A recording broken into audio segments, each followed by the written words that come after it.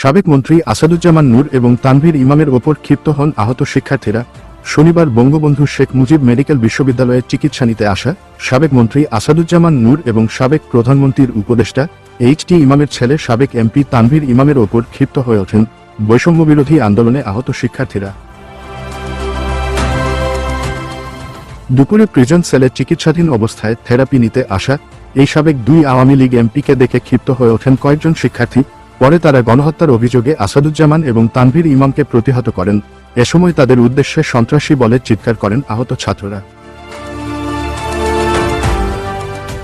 Sheikh Mujib medical বিশ্ববিদ্যালয়ের proctor doctor Sheikh Farhad এ ঘটনার সত্যতা নিশ্চিত করেছেন।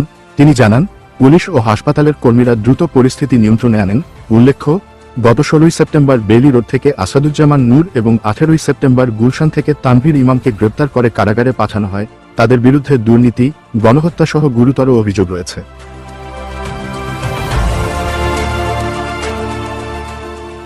ডেস্ক রিপোর্ট, ধ্রুব নিউজ।